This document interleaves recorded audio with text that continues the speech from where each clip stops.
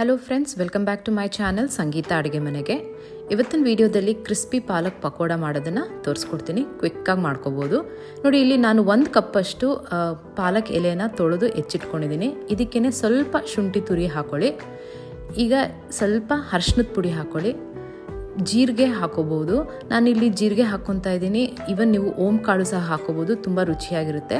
ಒಂದು 2 ಚಿಟಿಕೆಯಷ್ಟು ಹಿಂಗೆ ಹಾಕ್ಕೊಳ್ಳಿ. ಹಿಂಗೆ ಹಾಕ್ಕೊಂಡ್ರೆ ಫ್ಲೇವರ್ ತುಂಬ ಚೆನ್ನಾಗಿ ಕೊಡುತ್ತೆ.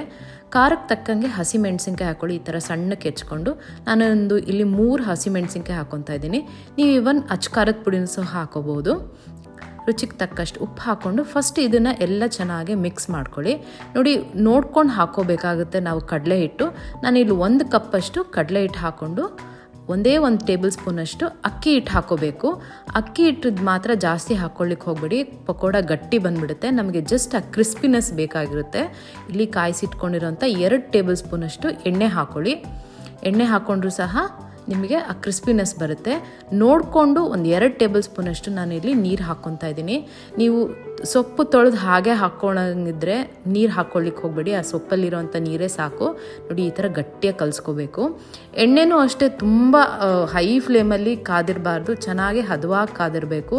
ಇಲ್ಲಾಂದರೆ ನೀವು ಪಕೋಡ ಹಾಕೋವಾಗ ಫಸ್ಟಿಗೆ ಮೇಲೆ ಕೆಂಪಾಗೋಗ್ಬಿಡುತ್ತೆ, ಒಳಗೆಲ್ಲ ಗಟ್ಟಿ ಹಾಗೇ ಇರುತ್ತೆ.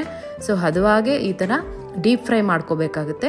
ಈ ಥರ ಚಿಕ್ಕದಾಗೆ ಹಾಕ್ಕೊಳ್ಳಿ, ಆವಾಗ ಚೆನ್ನಾಗಿ ಟೇಸ್ಟಿಯಾಗಿರುತ್ತೆ.